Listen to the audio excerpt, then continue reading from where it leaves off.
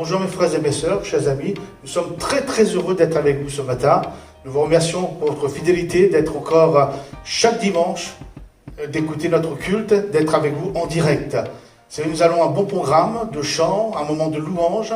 Vraiment, ça va être formidable. Alors je vous mets l'eau à la bouche, puisque le titre de ma prédication, c'est, on va parler de voyage, de choses lointaines, de pays exotiques peut-être, mais avec Dieu, tout est possible. Donc vous qui voulez voir autrement, restez avec nous et nous voulons vraiment bénir. Nous sommes venus vraiment pour louer notre Dieu, bénir notre Seigneur, parce que nous savons qu'il est bon avec nous.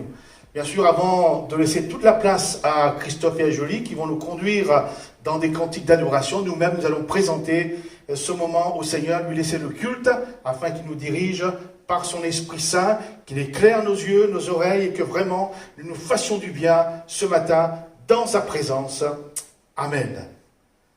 Seigneur, nous voulons te rendre grâce, nous voulons te bénir, nous voulons te louer de tout notre cœur. Nous sommes heureux, nous sommes dans la joie de pouvoir nous rassembler en ton nom, d'être là dans ta présence, parce que nous réalisons combien tu nous aimes, combien ta parole nous fait du bien. Alors ce matin, nous voulons te prier afin que tu bénisses notre culte, tu sois avec nous, tu agisses d'une manière ou d'une autre, mais nous savons que tu n'as pas de barrière. Tu vas faire du bien au peuple de Dieu, à ton troupeau. Seigneur, reçois notre adoration, reçois nos cantiques, à ton nom l'honneur et la gloire, dans le nom de Jésus. Amen. Voilà donc place à Christophe et à Julie. Et bien sûr, je remercie les musiciens qui sont là aussi avec nous. Amen. Amen. Bonjour à tous. Prenons encore ces quelques chants à la gloire de notre Dieu. Il nous aime et il nous a sauvés.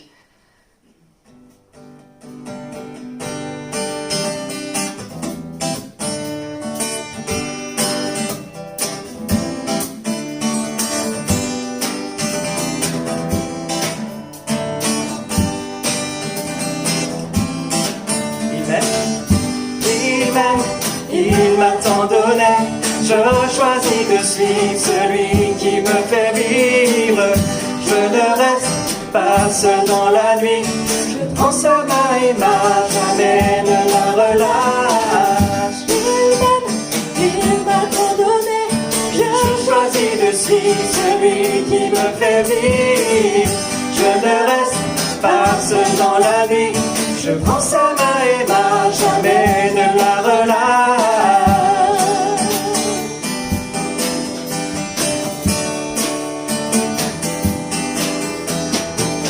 Il se tient tout près de moi, quand je dis viens vivre en moi,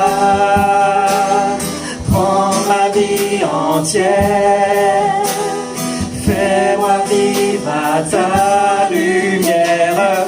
Je ne sais plus où aller, il est là pour me guider, et dans mes déserts, je connais le cœur du Père. Il m'a tant donné, je choisis de suivre celui qui me fait vivre. Je ne reste pas seul dans la nuit, je prends sa main et marche, jamais ne la relâche. Il m'a tant donné, je choisis de suivre celui qui me fait vivre. Je ne reste pas seul dans la nuit, je prends sa main et marche, jamais ne la relâche.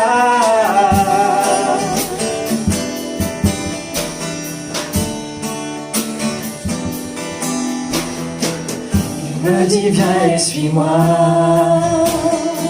je ne te quitterai pas, ni tes peurs, tes doutes ne détourneront ta route. Je connais le fond de toi, car je vois bien au-delà, jusqu'au bout des jours. Je ne change pas ton amour.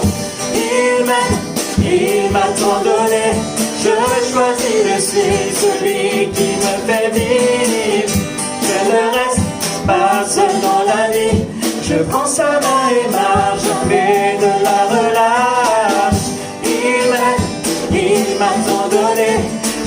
choisis de suivre celui qui me fait vivre.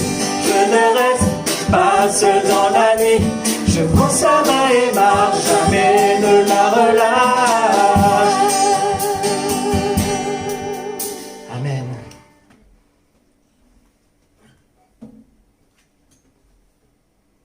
Notre Dieu nous aime, il est tout puissant et son amour est grand. Prenons ensemble Christ est roi.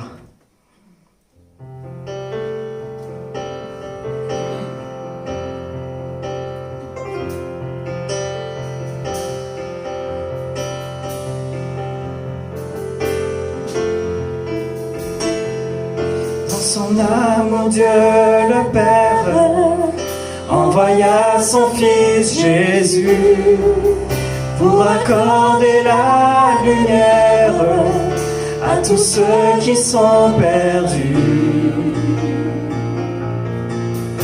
Il descendit sur la terre, mais les hommes l'ont rejeté.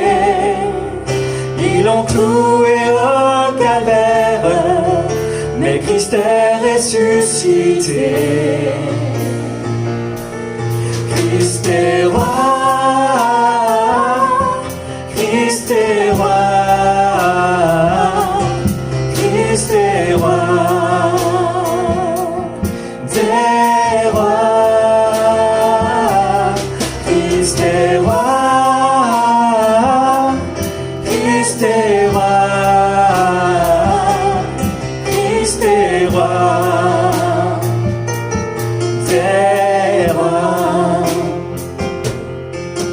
Les croyants de tous les âges portent son nom sur leur cœur. Dans l'épreuve, ils gardent courage, car leur Dieu est un sauveur. Ils vont par toute la terre annoncer le Fils béni, fier de porter la bannière sur laquelle il est écrit. Christ est roi, Christ est roi, Christ est roi, des rois. Christ est roi, Christ est roi, Christ est roi, des rois. Un jour les chrétiens du monde seront rassemblés par lui. Ils sortiront de leur tombe, car en lui ils ont la vie. Ils formeront un royaume, la terre sera leur pays. Leur hymne sera un psaume à la gloire du Messie. Christ est roi, Christ est roi, Christ est roi, des rois. Christ est roi, Christ est roi, Christ est roi, des rois. Encore Christ est roi, Christ est roi, Christ est roi, Christ est roi, des rois. Christ est roi, Christ est roi, Christ est roi, des rois. Amen, amen. Je propose que nous ayons un moment de louange, ici comme chez vous. Élevons nos cœurs, élevons le Jésus-Christ. Il est le roi des rois, le Seigneur des seigneurs.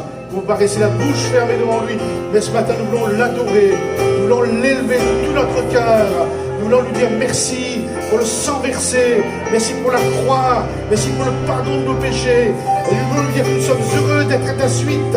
Nous voulons vraiment ce matin te rendre honneur et gloire. Nous voulons te dire merci. Merci parce que tu es notre essentiel. Toutes nos sources sont en toi. Notre joie, notre paix se trouve en toi. Merci parce que tu as souffert à notre place. Nos péchés ont été pardonnés, Seigneur, par ton agonie, par ton sang. Et ce matin, ton peuple te loue, ton peuple t'adore. Nous sommes venus pour t'élever, pour t'apporter notre culte, un culte qui t'honore. Sois béni, sois glorifié, sois loué. Ce matin, nos cœurs sont dans la joie d'être dans ta présence pour tout ce que tu as fait, tout ce que tu fais, tout ce que tu feras de notre vie, de notre cœur. Béni soit ton nom, Seigneur. Alléluia. Gloire à toi, Jésus. Honneur à ton nom, Seigneur. Que quelques voix s'élèvent pour l'adorer, pour le bénir ce matin. Amen. Gloire à toi, Seigneur. Oh, my God. Gloire à toi, Jésus, mon Sauveur. Béni sois-tu, Seigneur. Merci, merci. Merci, Seigneur, pour l'espérance que tu nous donnes. Merci, Seigneur. Louange à toi. Gloire à toi, Seigneur. Merci, Seigneur. Oh, Seigneur, tu as vaincu. Tu as vaincu pour nous, Seigneur. Alléluia. Seigneur, tu es élevé ce matin. Gloire à toi, Jésus. Alléluia. Gloire à Jésus. Béni soit ton nom, Seigneur. Alléluia. Reprenons Christ et roi. Reprenons ce cœur. Nous voulons te dire qu'il est notre roi, il est notre Seigneur. Alléluia. Christ est roi. Christ est roi. Christ est roi. C'est roi. Christ est roi. Christ est roi. Christ est roi. C'est roi. Christ est roi. Christ est roi. Christ est roi. C'est roi. Christ est roi. Christ est roi. Christ est roi. C'est roi. Alléluia. Que son nom soit béni pour sa grâce, pour son amour, pour sa présence dans nos vies. Amen. Amen.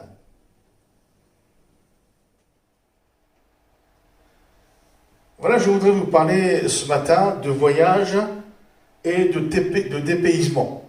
Qui n'a jamais rêvé aller dans les destinations lointaines pour tout découvrir, dans les pays exotiques, ou alors tout simplement en montagne, changer d'air, l'air pur, etc. Mais savez-vous qu'il y a dans la Bible des œuvres de voyage avec dépaysement total de la part de Dieu? Exemple, savez-vous que c'est Dieu qui a créé la première croisière? C'était pour Noé et sa famille, donc il a vécu une aventure exceptionnelle et un dépaysement total. C'est Dieu qui a fait voyager Abraham et qui a conçu peut-être le premier circuit découverte en Canaan.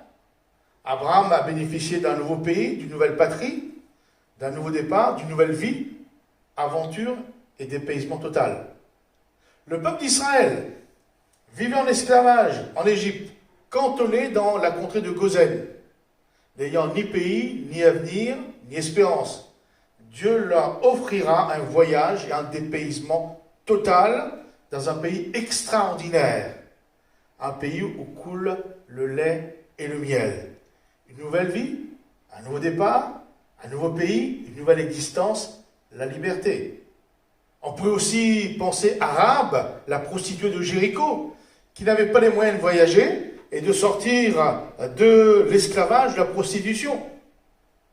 Et lors d'une étape de Jéricho, Dieu lui offrira un voyage, un nouveau pays, une nouvelle destinée, un nouveau départ, aventure et dépaysement total pour elle et sa famille. Quoi dire de Ruth, l'étrangère, la Moabite? Dieu lui offrira un voyage vers Juda, à Bethléem, par l'intermédiaire de sa belle-mère Noémie. Ce sera pour elle une nouvelle vie, un nouveau départ, une nouvelle famille, un nouveau pays, aventure et dépaysement total. Plus proche de nous. À tous ses disciples, Jésus a proposé et propose encore aventure et dépaysement total. Actes, chapitre 1er, verset 8. Jésus dira, vous recevrez une puissance, le Saint-Esprit, survenant sur vous, et vous serez mes témoins à Jérusalem, dans toute la Judée, dans la Samarie et jusqu'aux extrémités de la terre. Ça veut dire dans sa ville, dans sa région, dans son pays, et puis dans l'Europe et dans tous les pays de la terre. Aventure et dépaysement assurés. Dans cette perspective de changement, de dépaysement, de choses nouvelles, extraordinaires, Dieu a missionné Jésus pour apporter ce changement. Quelque chose de neuf, de nouveau, un dépaysement total dans l'existence de chacun. Nous connaissons tous ce verset de 2 Corinthiens 5, 17, où Paul dit ceci de la part de Jésus, de la part de Dieu, « Si quelqu'un est en Christ, il est une nouvelle créature. Les choses anciennes sont passées, voici toutes choses sont devenues nouvelles. » Ici, il est question d'une nouvelle création, d'une nouvelle naissance, un nouveau départ, une nouvelle destinée, un nouvel avenir. On efface tout et on recommence à zéro avec une nouvelle vision des choses. L'apôtre Paul nous explique le mécanisme de ce voyage, de ce dépaysement que Dieu offre à chacun, encore aujourd'hui. Nous le retrouvons dans son épître aux Colossiens, chapitre 1er, verset 12. Et ce sera notre texte de base. Rendez grâce au Père qui vous a rendu capable d'avoir part à l'héritage des saints dans la lumière, qui nous a délivrés de la puissance des ténèbres et nous a transportés dans le royaume du Fils de son amour, en qui nous avons la rédemption, la rémission des péchés. Amen. Cette offre de dépaysement total, de changement, de nouveauté, commence par un voyage. Dieu nous a transportés. C'est, on pourrait dire, le transfèrement de Dieu. Il n'y a pas de retard, pas de panique, ni d'incident technique. C'est le mode de transport le plus sûr. Donc, pas d'incident, pas de panne de GPS, pas d'erreur de cap, impossibilité de se perdre, de se tromper de route. C'est Dieu qui transporte. Lorsqu'un homme, une femme vient à Jésus, accepte Jésus, Dieu le transporte, Dieu le transfère aussitôt, un peu comme l'expérience que le roi David a écrit dans le 2e livre de Samuel, au chapitre 22, verset 17. Voilà le témoignage du roi David. David dit, « Dieu étendit sa main d'en haut, il me saisit, il me retira des grandes eaux. » Dieu avait transporté David des grandes eaux sur la terre ferme en sécurité. C'est Dieu qui transporte, c'est Dieu qui transfère, c'est son affaire. Il n'y a qu'à se laisser transporter pour ce voyage que Dieu nous offre. Cela me fait penser à cette anecdote que j'ai lue quelque part. Cela se passe au siècle dernier, où on voyageait encore en voiture tirée par des chevaux. Une pauvre femme à pied avec une grosse valise allait au village d'à côté. Alors son voisin qui passe avec sa famille sur un chariot tiré par 2 chevaux s'arrête pour la prendre. « Merci, merci !» Et elle s'installe sur le chariot et s'empresse aussitôt à mettre sur ses genoux sa grosse valise. « Mais pourquoi portes-tu ta valise sur tes genoux dans le chariot ?» demande le voisin. « Pour économiser les forces de chevaux, je les porte moi-même, répondit la voisine. Ça porte à rire, Cette femme croyait pouvoir aider en portant sa grosse valise sur ses genoux. De la même manière, c'est inutile de vouloir aider Dieu à nous transporter, à nous transférer par quoi que ce soit. Dieu nous transporte, il n'a pas besoin de notre aide. Revenons au transport. La destination du transport, du transfèrement de Dieu, c'est le royaume du Fils de son amour, c'est-à-dire Jésus. C'est le transfèrement d'un royaume à un autre royaume. Du royaume de l'esclavage au royaume de la liberté. Du royaume de l'ennemi de Dieu au royaume du Fils de Dieu. C'est un peu comme si on était dans un endroit sombre, minuscule, triste et pollué, et puis un ami, un bienfaiteur, nous transportait d'un coup d'un seul, nous transférait dans une grande maison, près de la mer ou à la montagne, avec une vue grandiose sur la nature, de l'air frais. Et c'est un peu comme ça, c'est la destination que Dieu nous propose au royaume ou dans le royaume du Fils de son amour, c'est-à-dire Jésus. Par extension, on peut parler aussi de ce texte de ce que Dieu nous a transporté, nous a transféré de la condamnation qui est notre point de départ au pardon des péchés. L'Épître, il dit en qui nous avons le pardon des péchés. C'est-à-dire que dans le royaume de Jésus, nos péchés ont été transportés, transférés sur Jésus. C'est ce que dit le prophète Ésaïe, 53, verset 5. Mais Jésus était blessé pour nos péchés, brisé pour nos iniquités, le châtiment qui nous donne la paix est tombé sur lui, et par ses meurtrissures, nous sommes guéris. Donc ça a été transféré. Nos péchés, nos fautes, nos impuretés ont été transférés, enlevés de nos vies, de nos cœurs, pour les transférer sur Jésus. Et l'apôtre Pierre dit la même chose dans sa première épître, au chapitre 2, verset 24. Donc, Dieu a transféré nos péchés sur Jésus. Il est dit, Jésus qui a porté lui-même nos péchés en son corps sur le bois, afin que, morts au péché, nous vivions par la justice, lui, par les meurtrissures duquel vous avez été guéris. Tous les hommes ont péché et sont privés de la gloire de Dieu. Jésus a accepté de prendre sur lui nos péchés. Donc, je répète, Dieu a transféré nos péchés sur Jésus. C'est pour cela qu'il est mort sur le bois de la croix, abandonné de Dieu, mais il est ressuscité. Jésus est devenu notre substitut. Comme le bouc de l'Ancien Testament, il y a transfert. Lévitique, chapitre 16, verset 21. Cela c'est vraiment parlant, l'histoire de transférer nos péchés.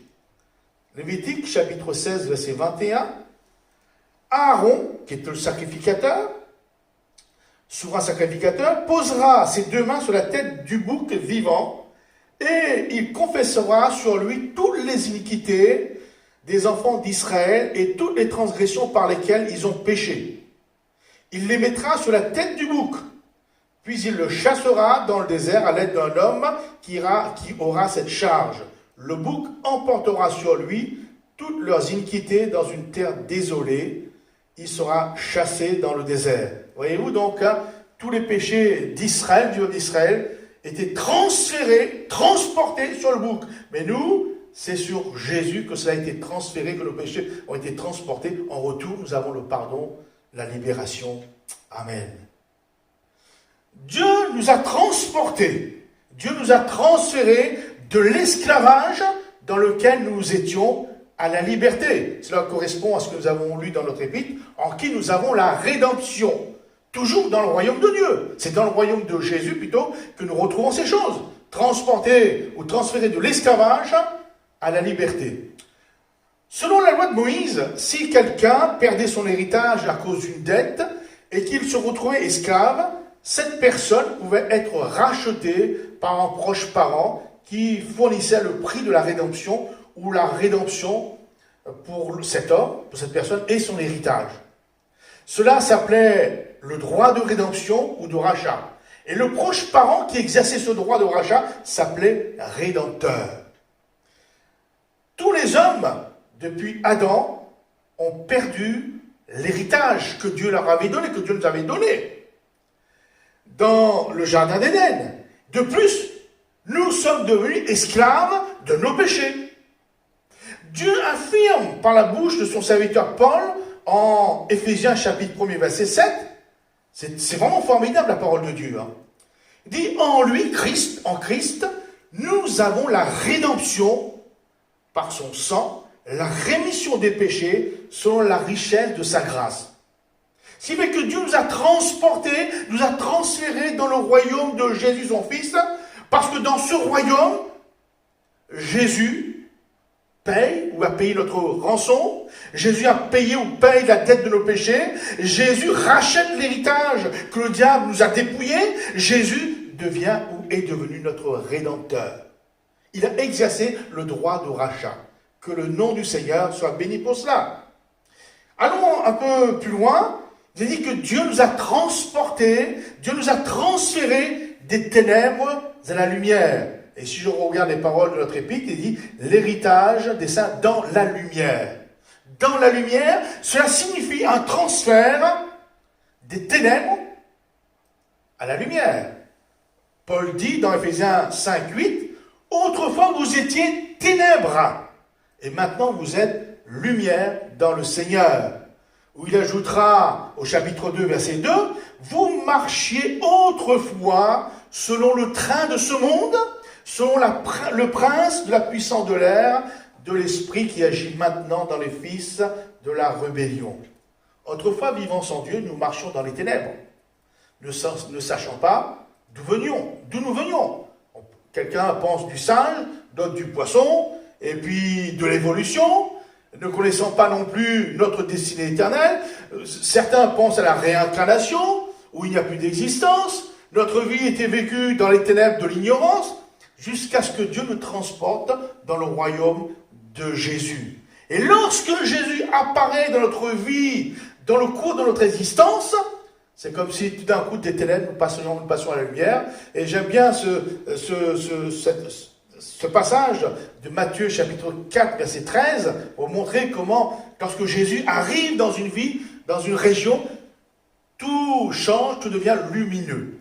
Jésus quitta Nazareth et vint demeurer à Capernaum, situé près de la mer, dans le territoire de Zabulon et de Nephtali, afin que s'accomplisse ce qui avait été annoncé par Ésaïe le prophète, le peuple de Zabulon et de Nephtali, de la contrée voisine de la mer, du pays au-delà du Jourdain et de la Galilée des gentils, ce peuple assis dans les ténèbres.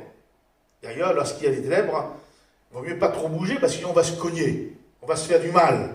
Ben donc, assis dans les ténèbres, a vu une grande lumière. Et sur ceux qui étaient assis dans la région et l'ombre de la mort, la lumière s'est levée. L'arrivée de Jésus dans cette contrée a été semblable à l'arrivée de la lumière à la place des ténèbres. À la place des ténèbres. Vous voyez, donc Jésus dira, je suis la lumière du monde. Celui qui me suit ne marchera pas dans les ténèbres, mais il aura la lumière de la vie. Lorsque nous sommes transportés, transférés dans le royaume de Jésus, c'est-à-dire sous son autorité, Jésus nous éclaire pour nous montrer le chemin, la direction, les bonnes décisions à prendre dans les domaines de notre existence terrestre. C'est lui qui connaît, c'est lui qui voit, c'est lui qui allume notre vie, si on peut dire.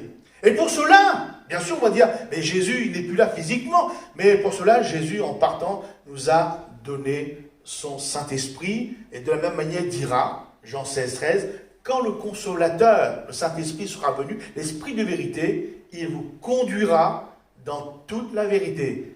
L'Esprit Saint nous éclairera. Dieu avait été en quelque sorte la lumière du peuple d'Israël dans le désert, à la sortie d'Égypte. Si nous nous remémorons un peu l'histoire du peuple lors de son passage dans le désert, il est dit que l'Éternel allait devant eux le jour dans une colonne de nuée pour les guider dans leur chemin, et la nuit dans une colonne de feu pour les éclairer afin qu'ils marchassent jour et nuit. La colonne de nuée ne se retirait point de devant le peuple pendant le jour, ni la colonne de feu pendant la nuit. Dieu était la lumière. Aujourd'hui, nous avons Jésus, nous sommes dans le royaume de Jésus. Dieu nous a transférés dans le royaume du Fils de son amour et nous n'avons plus besoin de courir à droite à gauche, de se cogner dans les pièges de l'existence, de tomber dans le filet de l'oiseleur.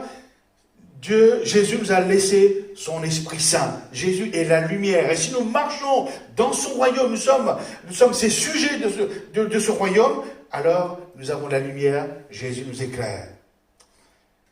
Il est aussi dit dans notre épître que Dieu nous a transportés, Dieu nous a transférés de la puissance de Satan à la puissance de Jésus. Ah, c'est formidable. Il nous a délivrés de la puissance des ténèbres et nous a transportés dans le royaume de son Fils bien-aimé.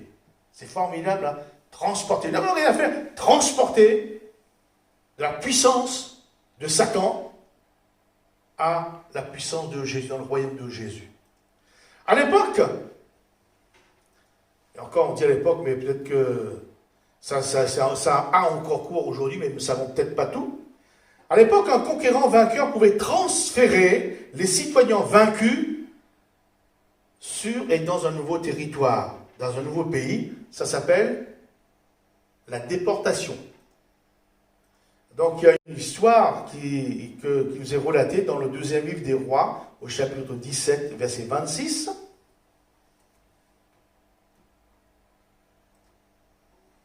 Il est question du roi d'Assyrie qui avait déporté déjà le peuple d'Israël dans son pays et il avait pris d'autres populations pour les déporter en Israël.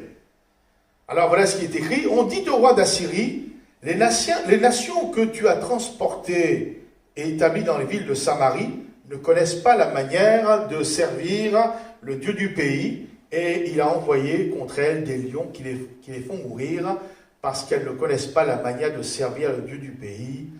Amen. Donc, à l'emprise. Mais la Bible déclare que Christ a dépouillé les dominations et les autorités. Donc c'est Colossiens chapitre 2 verset 15. Christ a dépouillé les dominations et les autorités et les a livrées publiquement en spectacle en triomphant d'elles par la croix. Depuis ce jour, tous ceux qui sont sous la puissance de Satan peuvent, s'ils le désirent, être transportés, être transférés sous la puissance de Jésus, dans le royaume de Jésus. Et voyez-vous, dans le royaume de Jésus, ce n'est plus de la déportation, mais ça, c'est de la réhabilitation. C'est la restauration, c'est l'intégration, c'est la liberté, c'est la citoyenneté du royaume de Dieu. Transporté, transféré de la puissance des ténèbres, de la puissance de Satan, du joug de Satan, dans le royaume de Jésus, où c'est la liberté et sous la puissance de Jésus. Amen. Dieu aussi nous a transportés, nous a transférés dans le royaume de ceux qui héritent de Dieu, autrement dit, qui sont devenus héritiers avec Christ, co-héritiers, tout simplement. Il est question d'héritage des saints de la lumière. Être transféré, on peut dire, sans le sou, sans argent, là, Dieu nous transporte dans le royaume de son Fils bien-aimé et nous héritons. Je sais que dans certains pays, le fait de naître de parents. Alors, je prends l'exemple, je crois que ça se passe encore à Monaco. Lorsqu'un enfant dont les parents sont monégasques né à Monaco, aussitôt, il a la citoyenneté monégasque. Donc, il participe, on peut dire, à la richesse du pays, etc., etc. Nous, de la même manière, lorsque Dieu nous transporte, nous transfère dans le royaume de Jésus, alors nous devenons héritiers ou co-héritiers avec Christ. Nous bénéficions des privilèges, des grâces spécifiques de ce royaume. Héritage des saints dans la lumière. Et d'ailleurs, nous allons, pour terminer, voir un petit peu quels sont les privilèges de cet héritage. Bien sûr, il y a l'héritage à venir, mais aussi l'héritage immédiat. Éphésiens chapitre 1er, verset 13.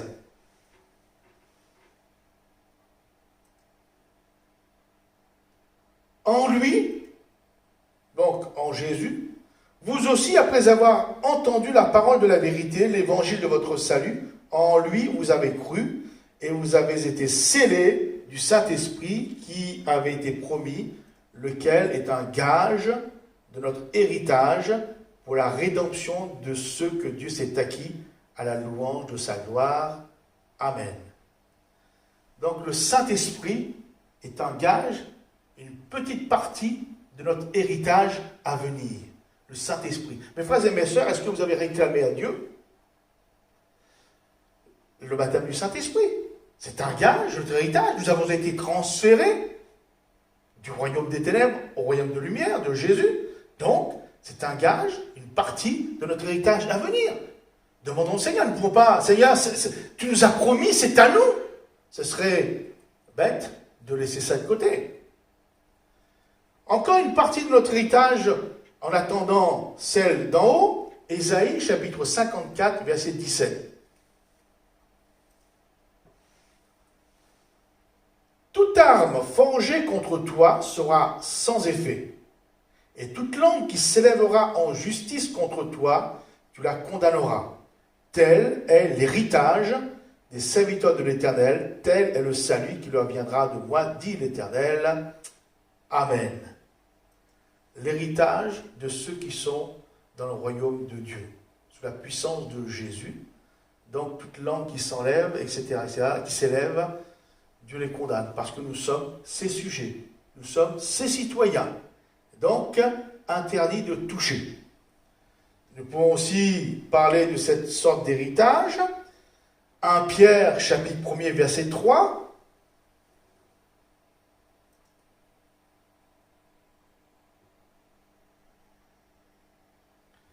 Béni soit Dieu, le Père de notre Seigneur Jésus-Christ, qui, selon sa grande miséricorde, nous a régénérés pour une espérance vivante, par la résurrection de Jésus-Christ d'entre les morts, pour un héritage qui ne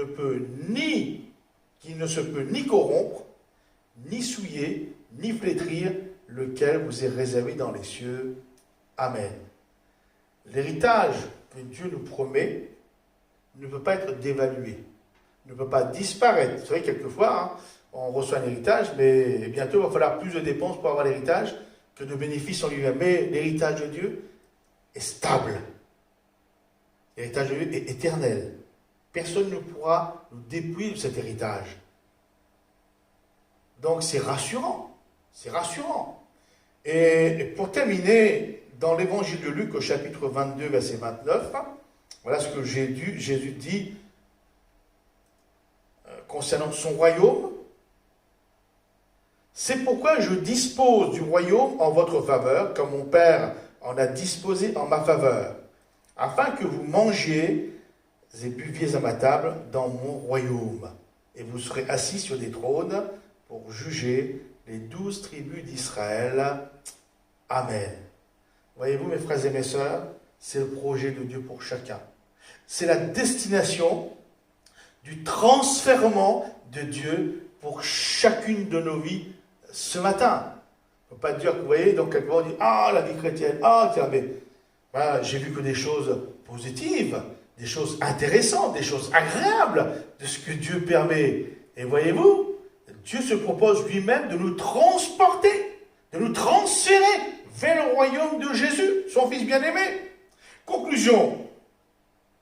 Voyage et dépaysement offerts pour tous ceux et celles qui veulent une destination extraordinaire.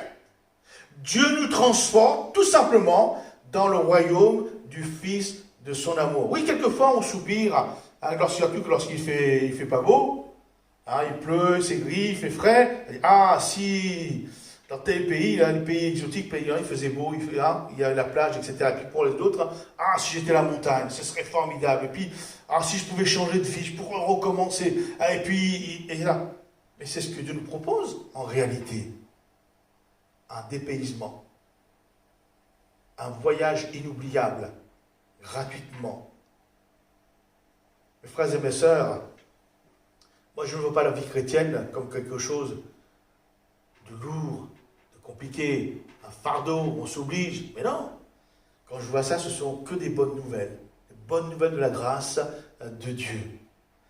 Voilà, nous allons courber nos fronts, nous allons prier au Seigneur. Alors pour vous, je ne sais pas quelle est votre situation, mon frère, ma soeur ou chers amis. Est-ce que tu es encore de l'autre côté? Est-ce que tu n'as pas encore permis à Dieu de te transporter, de te transférer?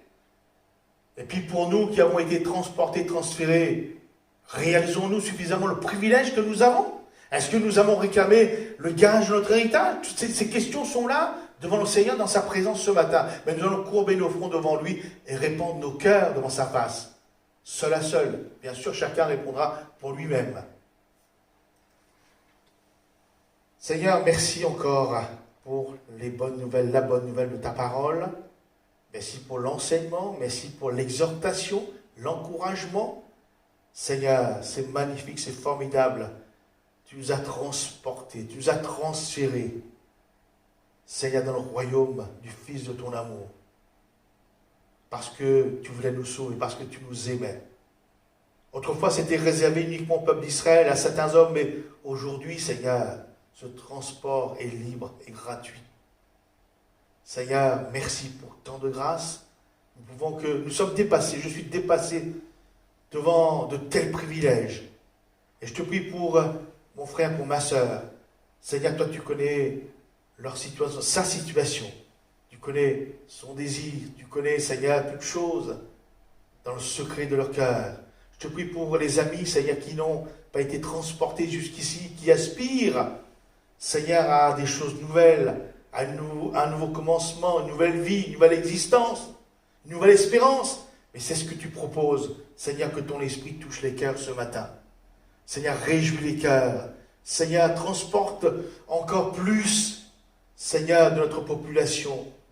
Plus, Seigneur, d'hommes et de femmes, Seigneur, qui sont encore sous la puissance du mal, la puissance du diable. Seigneur, aide-nous à être aussi, Seigneur, de ceux qui, Seigneur, qui parlent, qui témoignent de ta grâce. Seigneur, bénis l'Église locale. Que ton nom soit loué, que ton nom soit béni. Père, dans le nom de Jésus. Amen. Amen. Voilà donc, avant de laisser la place à Christophe et à Julie pour nous conduire dans un dernier cantique, je ferai quelques annonces. Donc, juste après notre culte, n'oubliez pas qu'il y a notre moment de partage par visioconférence. Donc, si vous allez sur notre site, vous avez la marche à suivre, comment il faut faire pour vous connecter. Voilà, donc jusqu'à 12h, mais vous n'êtes pas obligé, si vous avez que quelques minutes, venez avec nous, nous pourrons parler ensemble, peut-être même louer Dieu ou chanter un cantique, on verra, mais c'est vraiment un moment convivial, puisque nous ne pouvons pas nous rassembler encore physiquement, mais comme ça donne vraiment comme des liens fraternels. Donc je dis, et donc, juste après le dernier cantique, on aura cette visioconférence ensemble. Je vous remercie aussi pour votre prière concernant l'Église, concernant notre région. Merci pour votre soutien financier.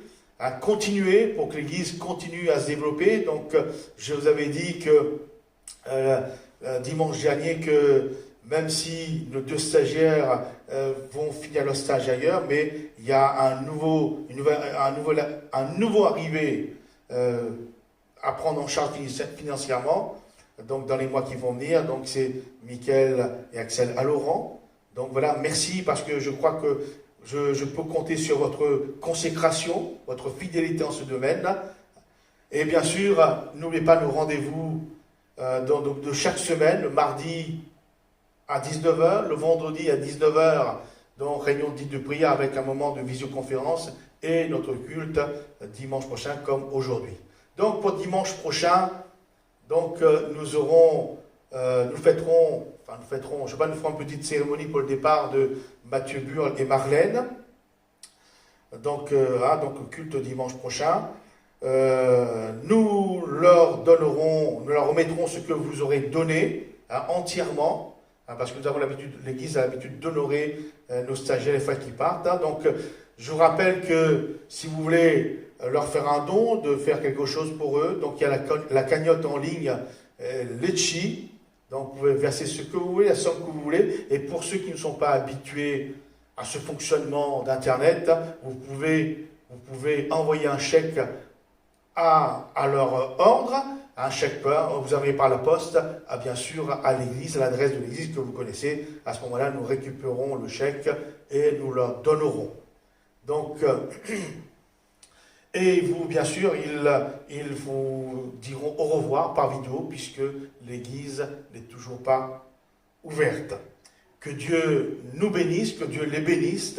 Et donc, je laisse maintenant la place pour un dernier cantique à Christophe et à Julie. Que son nom soit béni, que le Dieu de grâce vous fortifie, vous renouvelle dans sa paix et dans sa grâce. Mes frères et mes sœurs, bonne semaine. En attendant de nous retrouver sur notre site addbouge.com. Amen.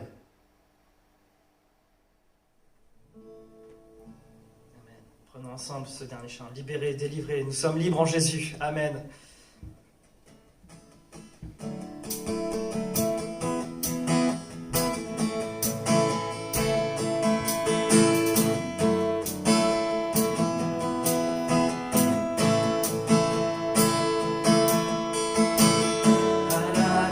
Tu as déclaré, tout est accompli, payant le prix de chaque vie. La mort n'a plus te retenir, je sais que tu es ressuscité. Si t'es libéré, racheté,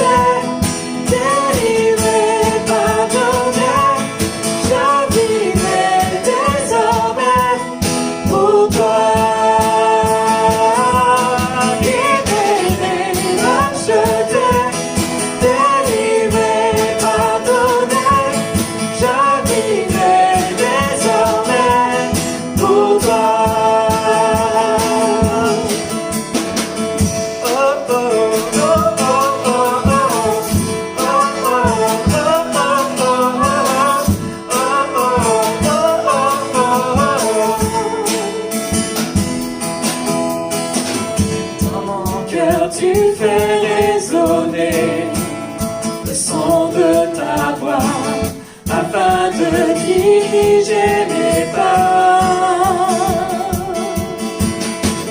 Tu es le rocher de ma foi, toute éternité je te suivrai, libéré, racheté, délivré, pardonné, je vivrai désormais pour toi.